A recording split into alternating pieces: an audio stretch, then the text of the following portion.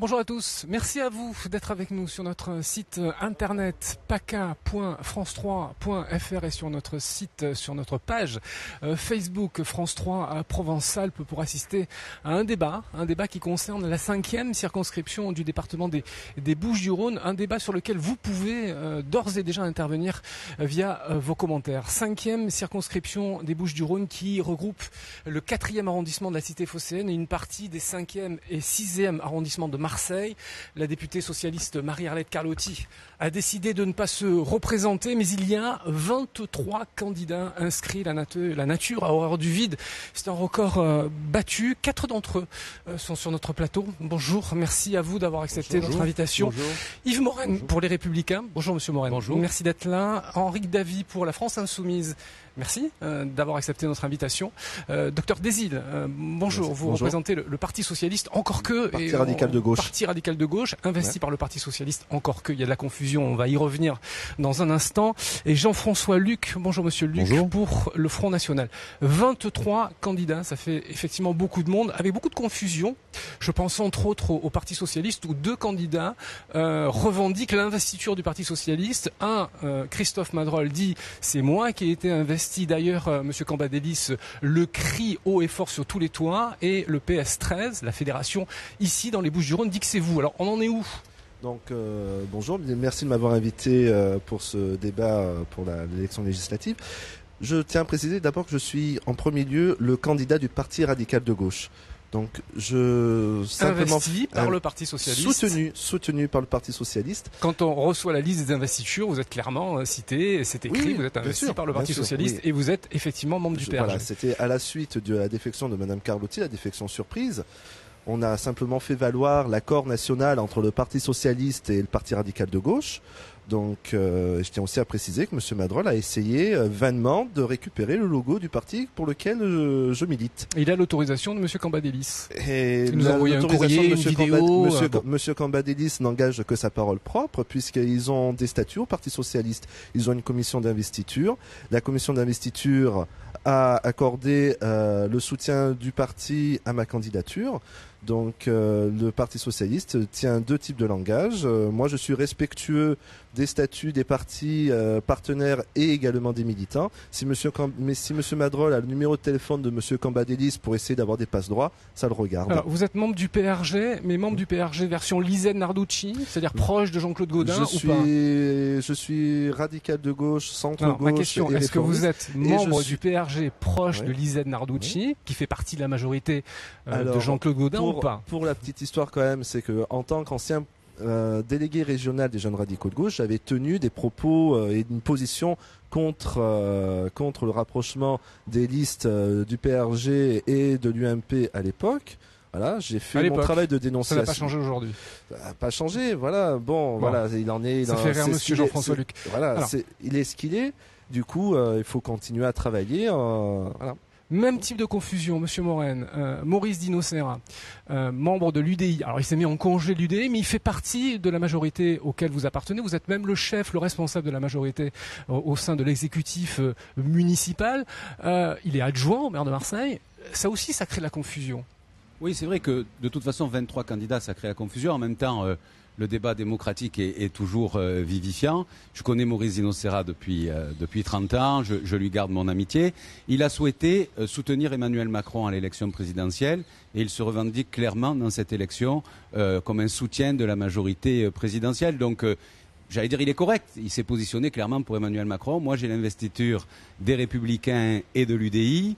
J'ai entamé ma campagne il y a 18 mois sur le terrain avec ma... Il dit que vous êtes un parachuté, hein. Et il le dit. Il faut bien qu'on soit d'un des 3 arrondissements de la circonscription parce qu'on ne peut pas avoir un domicile dans les 3, sauf à être extrêmement riche, ce qui n'est pas mon cas. Et donc je suis du 6e arrondissement, comme chacun des concurrents qui sont là sont d'un autre arrondissement.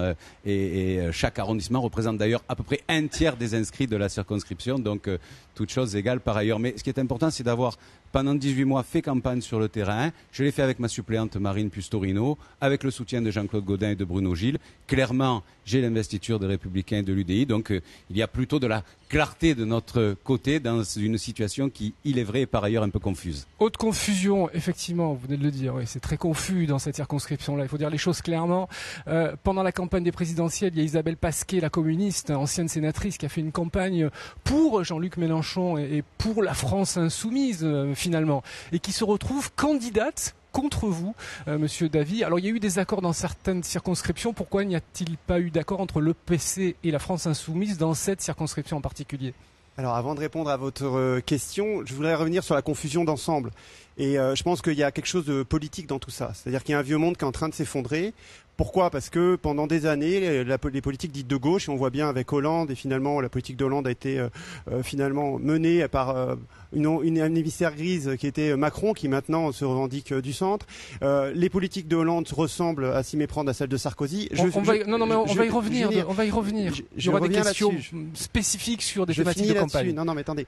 Vous allez voir, tout est lié. Pourquoi ? Parce que du coup, Macron, en unifiant finalement ses politiques dans un grand centre, a créé un bouleversement, et ce qui conduit à énormément de confusion, puisque plus personne ne s'y retrouve. Il y a des candidats qui sont à la fois investis du PS, mais qui soutiennent Macron. Il y a des gens de droite qui soutiennent Macron, et c'est ça qui génère toute cette confusion. Alors, je reviens sur Isabelle Pasquet. Ma question c'est, Isabelle Pasquet, ce qui s'est passé avec Macron, dans la 5e circonscription, qui a fait campagne pour Jean-Luc Mélenchon et qui est communiste. Cette refondation qu'il y a avec Macron, elle a aussi lieu avec Jean-Luc Mélenchon. Il y a un coup de pied dans la fourmilière, ça crée évidemment beaucoup de choses et de la confusion. Isabelle Pasquet, j'ai été son suppléant aux élections cantonales. J'ai travaillé sur ses listes aux élections municipales, donc elle a toute mon amitié. C'est pareil, c'est une militante que j'aime beaucoup. Bon. Mais dans le moment politique, non, mais vous aimez tous les uns les autres, mais vous êtes tous candidats les uns contre les autres. Et dans le moment politique, il n'y a pas eu d'accords locaux possible de toute façon, parce que c'était une élection nationale, on y reviendra. Il n'y a pas eu d'accord national entre le Parti communiste. Mais il y en a eu dans plein d'autres circonscriptions avec le PC. Mais si dans la 3e qu'on va traiter cet après-midi, Sarah Soili n'a pas de candidat communiste. Il n'y a pas eu d'accord, il y a eu des désistements. Isabelle Pasquet n'a pas choisi. C'est un accord déguisé. Non, il y a des désistements réciproques. Le Parti communiste s'est désisté face à Jean-Luc Mélenchon et Sarah Soili. Il n'a pas souhaité se désister dans la 5e. C'est à Isabelle Pasquet qu'il faut poser la question. Moi, après, les 25% que Jean-Luc Mélenchon a obtenu au premier tour de l'élection présidentielle dans cette circonscription, je pense que la France insoumise est légitime pour les représenter. Voilà. Comment est-ce que le Front National regarde tout ça ? Écoutez, non, parce que vous, il y a d'autres problèmes avec des dissidences dans nos circonscriptions, mais pas dans celle-là. Ouais. Ici, c'est presque l'exception qui confirme la règle. Peut-être, si vous le dites. En tout cas, ici, de notre côté, de notre point de vue, il y a une clarté. Le vote patriote, c'est le vote Front National. Du coup, il n'y a pas de dissidence. J'ai de très bonnes relations aussi avec Monsieur Caillol, qui est le secrétaire départemental de Debout la France. Voilà, bon, tout se passe de manière tout à fait cordiale. Et tout est clair pour les électeurs, en tout cas, pour ce qui concerne le vote patriotique. Alors, je précise que nous avons évidemment invité la candidate d'En Marche, qui nous a dit oui dans un premier temps, on a les mails de confirmation, et qui, quasiment au dernier moment, a décidé de ne pas venir débattre. Agenda trop rempli, nous a-t-elle précisé. Bon, on peut s'en étonner, effectivement, on s'en étonne, c'est comme ça. C'est-à-dire que moi, je ne l'ai par exemple jamais rencontrée, pourtant je suis souvent sur le terrain, j'ai croisé ses militants, mais elle jamais. C'est un peu une candidate fantôme. J'espère que si elle est élue, malheureusement, elle risque d'être une députée fantôme. Monsieur Morène, je voudrais revenir sur ce que vous disiez tout à l'heure. Vous disiez, Maurice Dinocera, il fait campagne pour la majorité présidentielle, pour Emmanuel Macron. Au sein des Républicains, il y a quand même des lignes qui sont pas très claires. Édouard Philippe, le Premier ministre, est quelqu'un de chez vous. C'est un ami à vous politique. Il y a plusieurs candidats estampillés, les Républicains, qui ont décidé de soutenir la majorité présidentielle. Renaud Muselier, dans le département des Alpes-Maritimes, soutient un candidat En Marche. Vous, quelle sera votre position ? Vous serez sur la ligne Baroin, c'est-à-dire dans l'opposition, ou est-ce qu'en fonction des textes proposés à la représentation nationale, vous voterez pour ? Oui, je crois que c'est une question qui est particulièrement pertinente dans le flou actuel, parce que ce qui compte, c'est pas tellement les candidatures, c'est la position de fond. Moi, ma position est claire. Emmanuel Macron a été élu président de la République, et je pense que les responsables politiques qui concourent au suffrage universel doivent commencer par eux-mêmes respecter les institutions. Donc pour moi, l'élection législative, c'est pas une question de vengeance ou de revanche.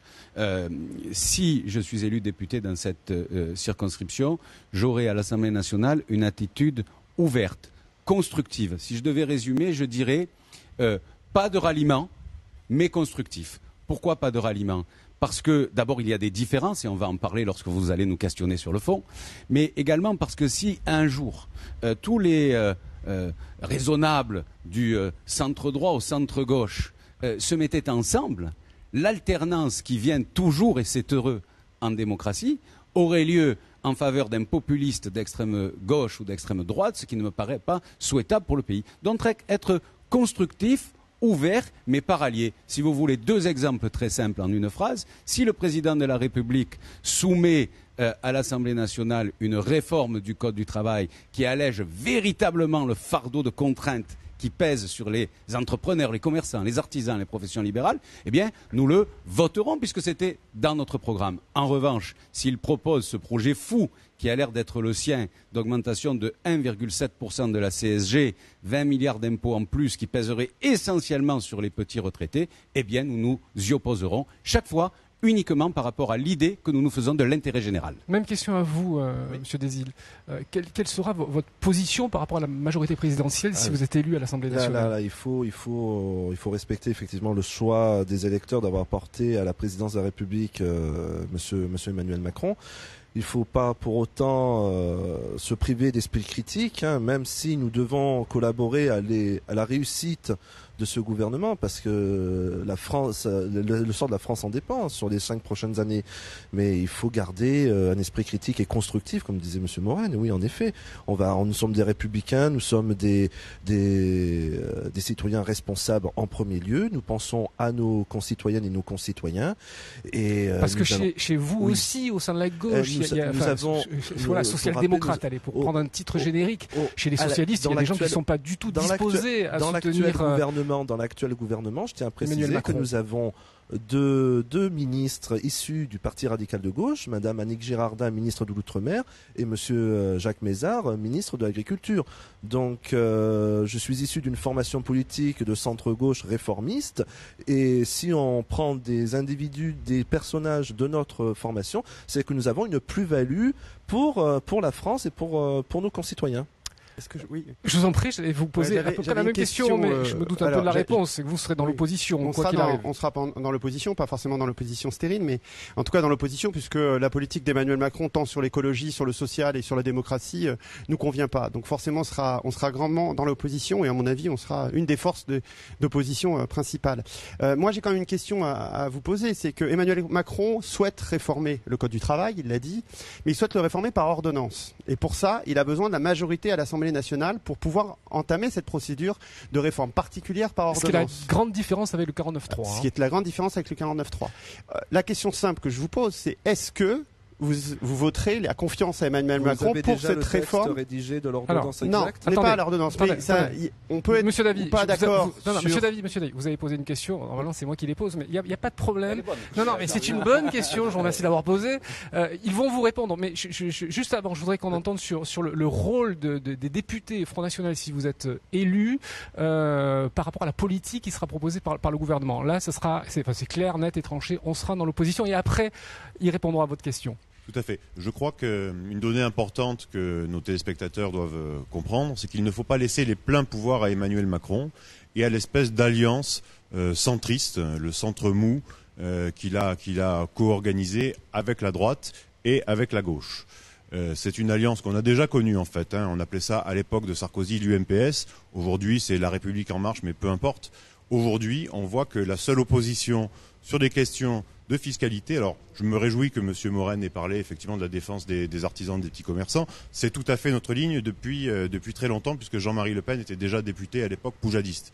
Donc c'est vrai que c'est une constante chez nous de défendre systématiquement la réduction des impôts sur ces questions-là. Donc là, nous serons vraiment dans l'opposition à Macron. Nous serons dans l'opposition à Macron sur les questions d'immigration, parce qu'il est très clair que dans le programme d'Emmanuel Macron, il y a une volonté d'accélérer le processus de l'immigration massive qui est déjà en cours.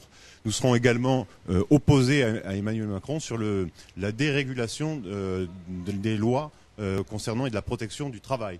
Parce que s'il faut baisser les charges pour aider les entreprises et pour recréer de l'emploi, il ne faut pas pour autant sacrifier la qualité de vie des salariés. Alors, on revient sur cette question des ordonnances. Effectivement, l'Assemblée, la représentation nationale est consultée, ce qui fait la différence avec le 49.3 où là c'est validé et l'Assemblée nationale n'a rien à dire. Votre position sur cette question-là? C'est une très bonne question de Monsieur Davy parce que je suis pour une réforme du Code du travail, mais je suis pour qu'elle aille le plus loin possible et donc je suis pour qu'il y ait un débat parlementaire sur ce sujet-là et donc je suis contre cette réforme par ordonnance. Je préfère qu'elle passe par la loi de manière à ce que le débat parlementaire permette de l'amener le plus loin possible. Et si elle passe par la loi, on connaît à peu près les contours de cette réforme de loi du travail, vous seriez en capacité de la voter ou pas? Honnêtement, on ne la connaît pas suffisamment, monsieur Bézère, à l'instant. Rappelons-nous de la loi Macron à l'époque, qui est partie très ambitieuse et qui a fini avec plus rien. Donc si c'est comme ça que ça se passe, je ne la voterai pas. Par contre, si elle reste comme elle est présentée aujourd'hui, très ambitieuse, oui, je la voterai. Oui, non, il faut que nous puissions avoir les tenants et les aboutissants de ce qui sera écrit concrètement comme proposition. Le cadre de l'ordonnance devra être discuté après au Parlement. En effet, c'est les députés, même si le principe de l'ordonnance en plein été, ça vous dérange pas? Il y aura des débats parlementaires, il y aura des oppositions, il y aura des discussions. Le débat démocratique n'est pas supprimé. C'est pas un 49.3. L'ordonnance ne supprime pas ça. L'ordonnance ne supprime pas le débat parlementaire. Vous dites en plein été. Pourquoi en plein été? Parce que si mobilisation il doit y avoir en plein été, il y a moins de monde, quoi, pour dire les choses clairement. La loi il y aurait moins de monde dans la rue. La loi travail, ils ont énormément de mal à la passer et nous on sera, en tant que, si je suis élu député, on sera fer de lance de la mobilisation contre cette réforme du Code du travail qui va être terrible pour les salariés. Enfin, ça va être encore des salaires qui vont baisser, ça va être des heures qui vont augmenter, ça va être des charges de travail qui vont exploser. Donc évidemment, nous, on va tout faire pour empêcher cette nouvelle réforme du Code du travail. Et évidemment, la passer par ordonnance durant l'été, c'est d'un point de vue démocratique et d'un point de vue du débat démocratique et même du courage politique, parce que si vraiment les Français souhaitent une réforme du Code du travail, qu'ils prennent que Emmanuel Macron prenne ses responsabilités, accepte le débat démocratique à l'Assemblée et prenne le temps de convaincre les Français. Mais ils souhaitent même pas les convaincre parce qu'ils savent que les Français. Sébastien Desilles et Jean-François Luc, l'action vous a pas entendu. C'était quand même quelque chose qui avait été, la réforme du Code du travail avait été quand même annoncée par le président Macron lors de sa campagne. Donc s'il a été élu, les Français savent pourquoi il a été élu. Ils l'ont élu pour ça aussi. Non, ils l'ont élu surtout pour sur les ordonnances, ça a été clairement annoncé effectivement pendant la campagne. Certes, Jean-François Luc du Front National. Le projet d'Emmanuel Macron a toujours été flou. Alors là, on sait effectivement à peu près à quoi s'en tenir, mais cet à peu près est quand même relativement flou. Donc on a fait en quelque sorte, les électeurs d'En Marche ont fait un chèque en blanc à Emmanuel Macron. C'est quand même problématique. Donc moi sur la forme, évidemment, je suis plus sur je suis favorable à un débat démocratique et contre ce régime des ordonnances, surtout en plein été, on est d'accord. Maintenant sur le fond, cette loi m'apparaît tout à fait mauvaise, parce qu'elle inverse un petit peu la hiérarchie des normes. Elle va faire que les accords d'entreprise vont être plus puissants juridiquement que les accords de branche. Moi, je suis pour qu'on permette, par exemple, de négocier par branche la durée du temps de travail. C'est la position du Front National. Pour revenir sur les 35 heures qui ont été une erreur stratégique grave et catastrophique pour notre pays, mais pas de créer une concurrence à l'intérieur d'une même branche pour différentes entreprises. Par exemple, est-ce que vous êtes pour le référendum d'entreprise? Pour un peu écarter le pouvoir des syndicats jusqu'au boutiste. Non. Ou est-ce que vous soutenez plutôt la position de la CGT dans ce domaine-là? Le problème n'est pas la position de la CGT, le problème est la représentativité des syndicats. Aujourd'hui, les syndicats ne sont pas représentatifs de la population. C'est un vrai problème. Il faut donc réformer cela, mais il faut donner plus de pouvoir aux branches, non pas aux entreprises. Alors, je voudrais qu'on vienne sur des sujets locaux. Tout le paradoxe finalement de cette élection-là, c'est que c'est un scrutin local sur des enjeux nationaux, puisque les députés sont là pour fabriquer, pour faire, pour élaborer, pour voter la loi, avec un impact national. Par exemple, quand vous faites campagne sur la bétonisation ou non du parc Longchamp, avec la création ou pas d'un parking, le député que vous êtes, que vous serez, en quoi finalement peut-il influencer ou non la construction ou pas d'un parking ici au Palais Longchamp? Monsieur Morin. Si, ça a de l'importance quand même, même si évidemment le député est avant tout élu pour siéger à l'Assemblée nationale et voter les lois, son influence, son impact local est très important. Et si le parking Longchamp que nous voulons avec Jean-Claude Gaudin et Bruno Gilles ne s'est pas fait, c'est c'est aussi parce que la députée sortante s'y est opposée. Comme elle était au gouvernement, qu'elle avait l'oreille de la préfecture, elle a pu le bloquer. Et nous souhaitons faire ce parking. Alors après, on peut discuter du fond, mais c'est pour illustrer que le député bien enraciné sur le terrain et connaissant les problématiques du terrain, quelles que soient ses positions qui sont différentes, a bien évidemment un impact sur la vie des habitants des arrondissements dans lesquels il est élu. Alors je vais prendre une autre thématique. Je peux sur le parc Longchamp, on peut juste... Oui, très rapidement, parce que je voudrais qu'on avance un peu très rapidement, vous pourrez vous exprimer sur d'autres thématiques. Ce qui est un peu problématique, c'est que les députés votent avant tout des lois. Donc pour moi, ils rendent compte de leur activité parlementaire dans leur circonscription, ça c'est important, et ils s'inspirent de ce qui se passe dans la circonscription pour alimenter le débat parlementaire. Mais la confusion des gens vient, à mon avis, aussi du cumul des mandats. Et là, moi j'ai une question à mes adversaires, c'est quand on est maire de secteur, quand on est aussi conseiller départemental et quand on est et qu'on veut être député, est-ce que vous souhaitez conserver Monsieur David, non, la question du cumul, mais la question du cumul des mandats est réglée puisqu'une loi a été votée en 2017. C'est elle est pas complètement réglée parce que vous pouvez encore être maire vous êtes conseiller municipal. Oui, non, mais bon, conseiller municipal, on ne peut pas être à la tête d'un exécutif et être parlementaire. Voilà, donc ça c'est réglé. On peut peut-être aller plus loin, mais pour l'instant cette question. Si vous posez cette question du rôle du député par rapport à une activité locale, c'est bien parce qu'il y avait une confusion pendant des années et qu'à mon avis on doit rompre avec ça. Après sur le fond du débat, quand même Marseille est une ville où on a 4,7 mètres carrés d'espace vert par habitant, ce qui est une catastrophe. Commencer à amputer le dernier poumon du centre-ville pour un parking qui sera vide, ça, tout le monde si on veut aller sur le débat local, on peut y aller. Du coup, puisque vous avez abordé cette thématique-là, je vous en prie, sur le palais Longchamp, le parking, qui c'est vrai dans le quartier a généré une certaine émotion quand même. Il y avait des pour et des contre, et c'était assez tranché. L'une des priorités pour les habitants de cette circonscription et puis même pour le reste de Marseille et de la métropole, c'est de dynamiser le réseau de transport en commun. Qui parmi vous prend la ligne du 81 qui part des Catalans jusqu'à Saint-Just? Moi, je la prends jusqu'au Chute-la-Vie. Oui, le terminus c'est Saint-Just. Je la prends. Oui. Je la prends pour aller faire mes visites à domicile et le bus il passe toutes les 20 minutes. Les personnes âgées ou même les habitants du quartier sont obligés de prendre la voiture pour se déplacer.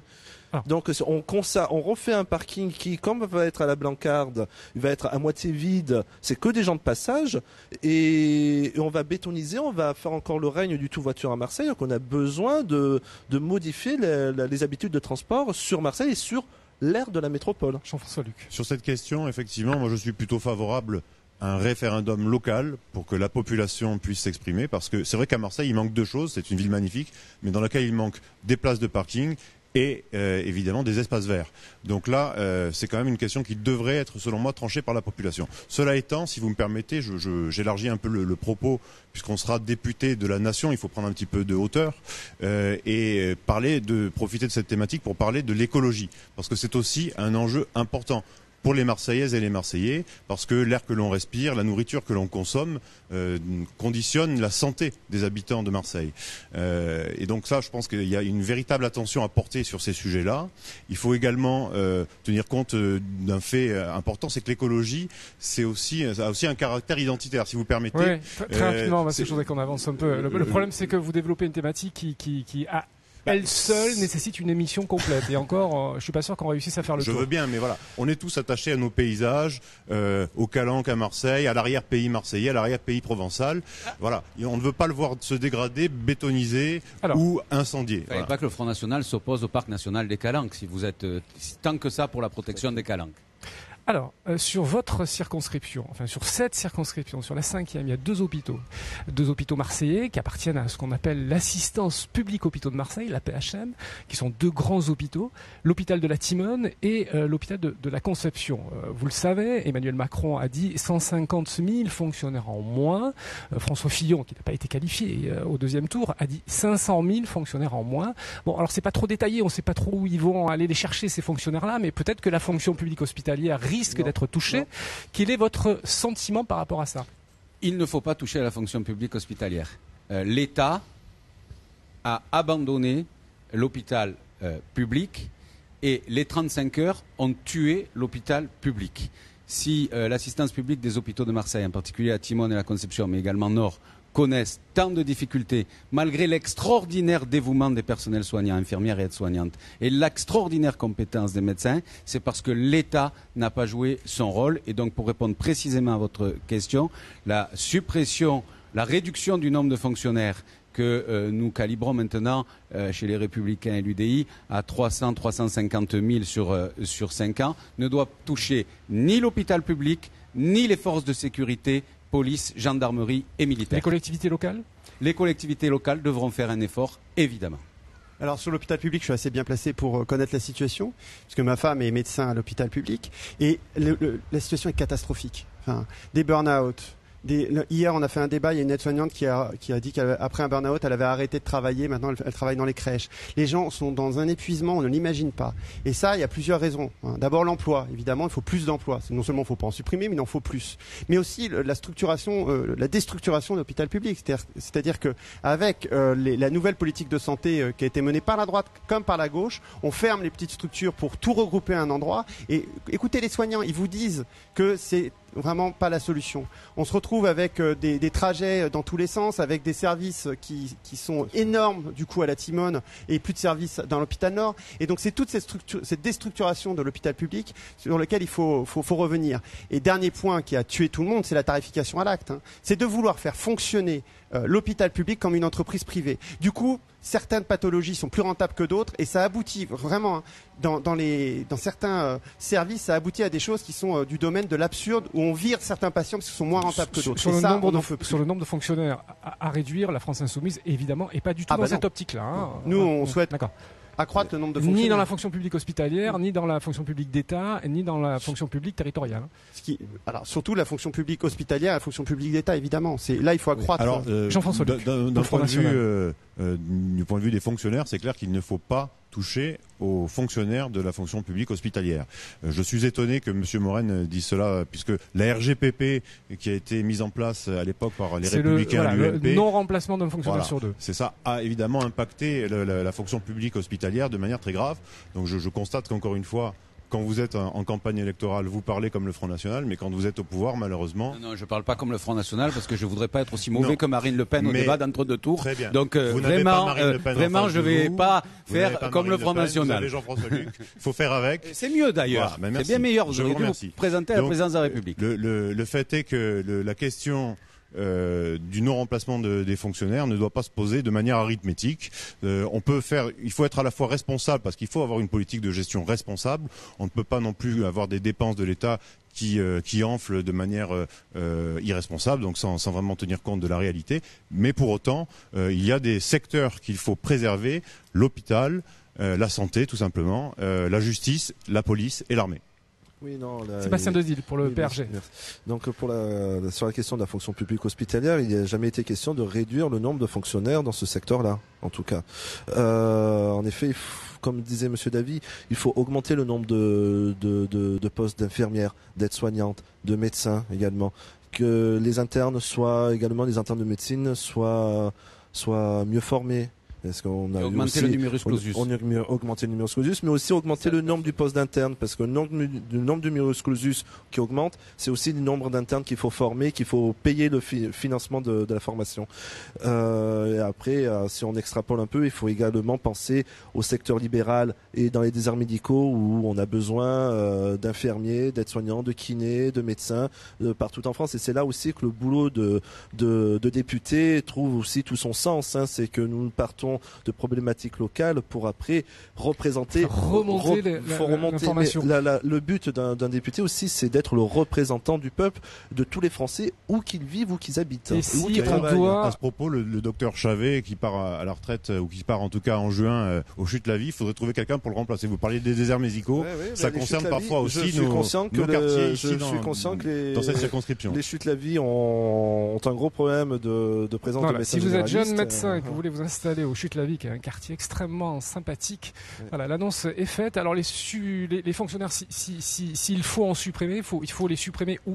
Dans quel secteur? Il faut voir, il faut pas supprimer, bien entendu, non seulement sur la fonction hospitalière, il faut augmenter, il faut protéger la fonction, tout ce qui est sécurité, la police, gendarmerie, ça c'est indiscutable. L'éducation nationale, on n'a pas parlé, mais on a voilà, c'est de la fonction aussi, de la fonction publique aussi, donc on en a besoin. Il faut voir au sein des collectivités territoriales sur les doublons. Entre la commune, l'interco, maintenant la métropole, voir s'il n'y a pas aussi des doublons de services qu'on peut essayer de réduire. Ça, tiens, la fin du département des Bouches-du-Rhône, ça a été clairement annoncé ça par le président Macron. C'est-à-dire que dans les territoires où il y a une métropole qui est importante, le département va disparaître. Christophe Castaner nous a annoncé sur notre plateau que le département des Bouches-du-Rhône et celui des Alpes-Maritimes, à terme, vont disparaître et fusionner, j'allais presque dire, avec la métropole. Pour ou contre? Très rapidement, parce qu'on a déjà dépassé le temps qui nous était imparti. Alors, contre, nous on pense que le niveau du département est un niveau important, et parce qu'il y a un problème démocratique avec la métropole. C'est pas la question de territoire, c'est la question de comment sont élus voilà. Et là, il y a un souci. J'attends de voir le projet. Je note simplement que M. Castaner a annulé la réforme Sarkozy qui fusionnait le conseil régional, le conseil départemental avec le conseil territorial. Et maintenant, ils y reviennent. Bon, mieux vaut tard que jamais pour la rédemption. Il y a surtout sur des compétences que l'on va donner à la métropole par rapport à ce qu'ils disent déjà au département. Donc ça, c'est une question à se poser. Quid de la gestion des collèges, de l'entretien des routes, etc. Est-ce que ça va dévouloir uniquement... Et l'aide sociale, exactement. Donc, le gros des dépenses du département. Faut-il pas, au contraire, revenir sur l'intercommunalité qui existe encore, qui a double fonction, double emploi entre la commune et la métropole, du coup. Bon, chez le Front National, c'est clair. Évidemment, région, État. Commune, département, région. État. On supprime la région, pardon, je vais y arriver. Le fait est, c'est vrai que le millefeuille est tellement important qu'on a du mal à s'y retrouver. Le problème, c'est que nous constatons aussi, comme beaucoup, que le millefeuille administratif est trop important. Donc à un moment donné, il va falloir supprimer un échelon, parce que sinon, ça fait doublon de fonctionnaires, doublon de défense. C'est la région qui disparaît. Allez, il reste 5 minutes d'émission. Quel serait votre premier acte si vous êtes élu à l'Assemblée nationale? Voilà, quel serait votre premier... D'accord. Défense des droits des femmes et lutte contre les violences faites aux femmes. Parce qu'en étant médecin généraliste... Si vous aviez la possibilité de porter un premier texte, une grande loi qui couvre du dépôt de plainte jusqu'à l'accompagnement pour se reconstruire.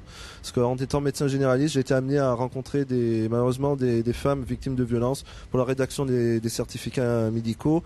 Et malheureusement, souvent l'accueil dans les commissariats, avec tout le respect que je dois à nos forces de l'ordre, de temps en temps, elles subissent des jugements de valeur, et ça, il faut absolument qu'on mette un terme. On arrive à mettre à l'index des parents qui mettent des fessées à leurs enfants en Norvège, et en France, on n'est pas capable de soustraire les femmes à leurs bourreaux. Yves Morane. Une loi instaurant la tolérance zéro contre ceux qui s'en prennent à nos policiers, à nos gendarmes et à nos forces de sécurité, ne serait-ce que verbalement. Il faut protéger ceux qui nous protègent. Eric Davy. À mon avis, une loi sur la lutte contre la grande pauvreté, pour les sans domicile fixe et tout ça. On peut pas accepter qu'autant de gens dorment dehors, donc il faut à la fois qu'ils puissent se loger, donc de l'hébergement d'urgence, mais aussi avoir accès à l'eau, avoir accès à des sanitaires. C'est des choses relativement simples, et finalement, tous ceux qui sont autour de cette table-là, on pourrait se mettre d'accord, mais indépendamment de nos convictions politiques, pour en finir avec cette très grande pauvreté à Marseille, qui est dramatique. Tous les soirs, moi, je vois des gens dans la rue dans ma rue, fouillent les poubelles pour pouvoir manger et qui dorment par terre, et c'est vraiment inadmissible. Jean-François Luc. Eh bien, pour lutter à la fois contre la pauvreté et contre les agressions aux forces de l'ordre, il faut déjà arrêter l'immigration. Donc la première des choses, c'est de limiter, en tout cas, ou réduire fortement et maîtriser notre immigration. Merci à tous les quatre d'être venus sur notre plateau. Merci beaucoup. Évidemment, l'émission est à revoir sans modération sur notre site internet et notre page Facebook. Merci de votre fidélité. Au revoir. Merci à tous.